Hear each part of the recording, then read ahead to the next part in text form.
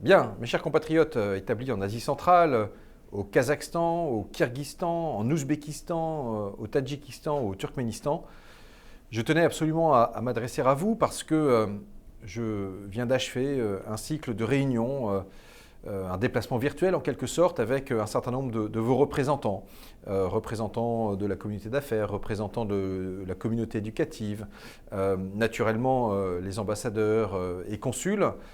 C'était des moments d'échange très précieux pour être toujours plus et toujours mieux à vos côtés. Vous êtes quelques centaines à être qui à Nur-Sultan, à Almaty, à Tachkent, à Dushanbe, à Ashgabat ou ailleurs, ou à Bishkek.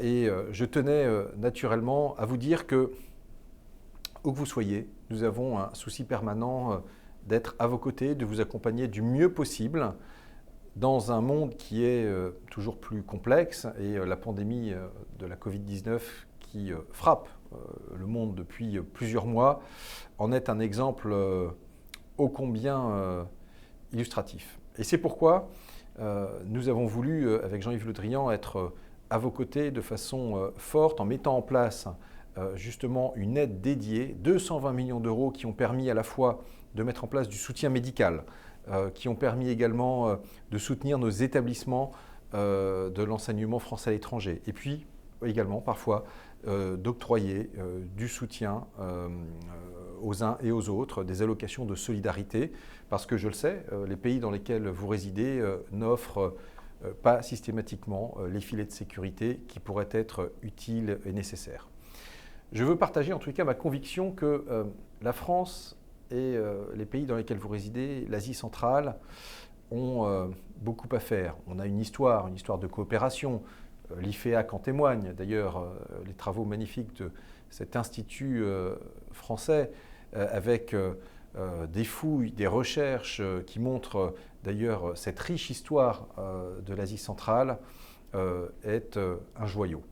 Alors, aujourd'hui, nous devons également préparer l'avenir et en étant présents dans ces pays, vous êtes justement celles et ceux qui préparaient, qui nourrissaient cette relation entre la France et l'Asie centrale.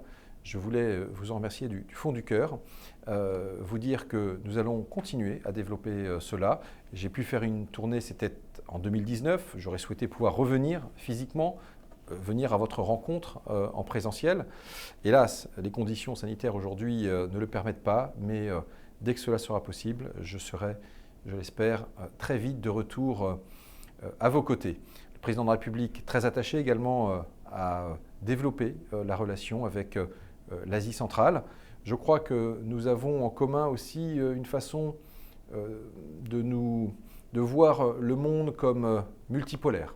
La France, vous le savez, c'est aussi eh bien, dans la droite ligne du général de Gaulle, une certaine façon d'être dans les relations internationales, de dire les choses, de défendre des valeurs, et nous allons continuer naturellement. Un mot aussi parce que, hélas, nous n'avons pas pu faire le Facebook Live et donc un certain nombre de questions me sont parvenues. Je voulais y apporter des réponses. Certains m'ont saisi sur la procédure de rapprochement des conjoints séparés par la Covid, pour des conjoints qui ne sont pas mariés, pas pacsés. Je veux leur dire qu'aujourd'hui, on en est à 1200 laissez-passer octroyés dans le cadre de cette procédure dérogatoire que j'ai souhaité mettre en place. Manifestement, des soucis peuvent perdurer pour certains. Et donc, pour eux, et comme chacun d'entre vous, si vous rencontrez des difficultés, sachez que vous pouvez me saisir. C'est très simple.